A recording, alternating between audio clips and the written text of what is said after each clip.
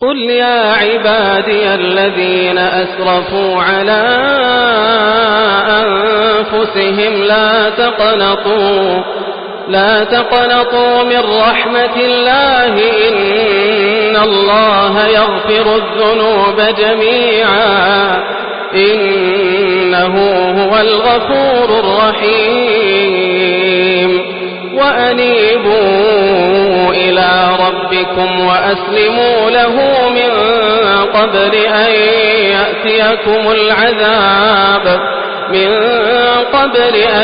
يأتيكم العذاب ثم لا تنصرون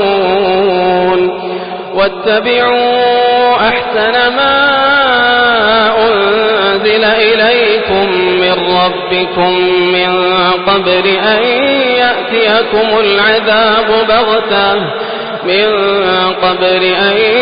يأتيكم العذاب بغتة وأنتم لا تشعرون أن تقول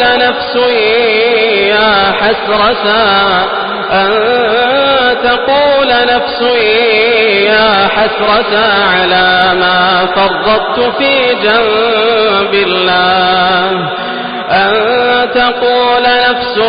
يا حسرة على ما فرطت في جنب الله وإن كنت لمن الساخرين أو تقول لو أن الله هداني لكنت من المتقين أو تقول حين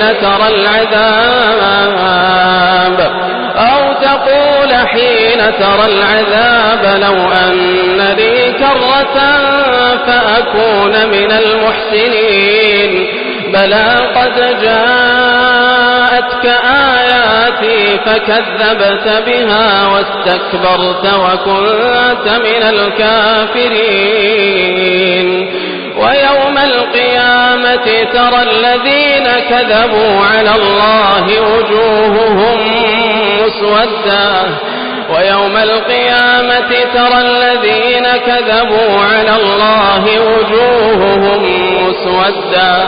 أليس في جهنم مثوى للمتكبرين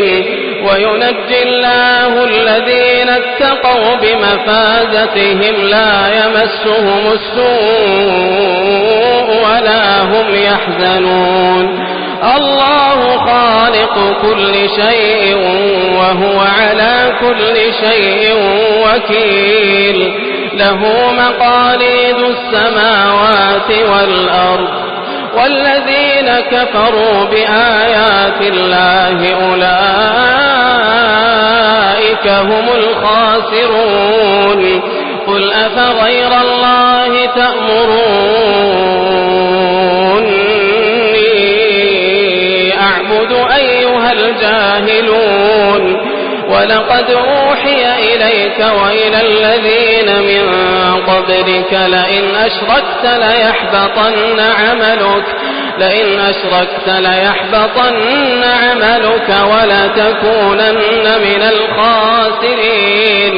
بل الله فاعبد وكن من الشاكرين وما قدر الله حق قدره والأرض جميعا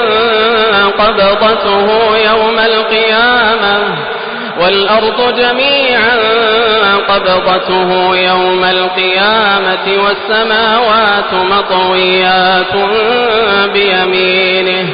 سبحانه وتعالى عما يشركون ونفخ في الصور فصعق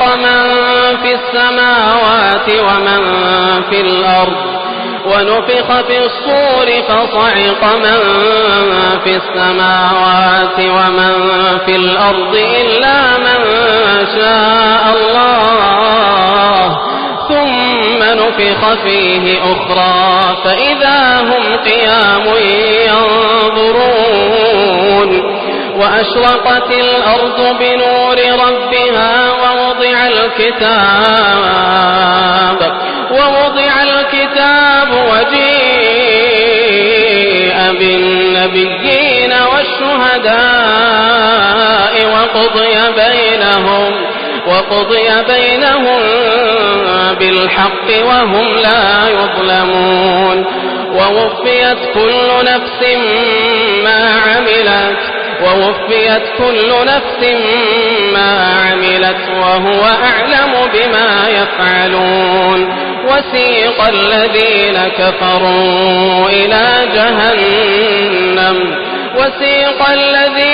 كفروا إلى جهنم زمرا حتى إذا جاءوها فتحت أبوابها وقال لهم خزنتها ألم يأتكم رسل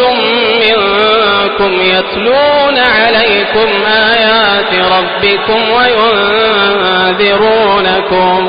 وينذرونكم لقاء يومكم هذا قالوا بلى ولكن حقت كلمة العذاب على الكافرين قيل ادخلوا أبواب جهنم خالدين فيها فبئس مثوى المتكبرين وسيق الذين اتقوا ربهم إلى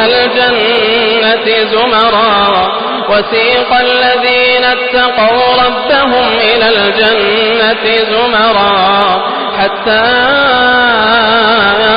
إذا جاءوها وفتحت أبوابها وقال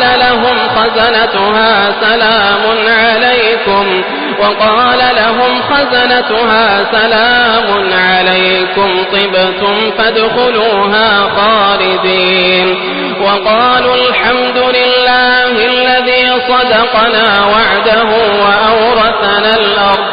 وأورثنا الأرض نتبوأ من الجنة حيث نشاء فنعم أجر العاملين وترى الملائكة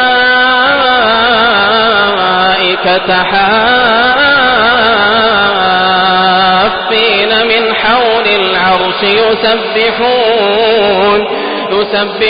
بحمد ربهم وقضي بينهم بالحق وقيل الحمد لله رب العالمين.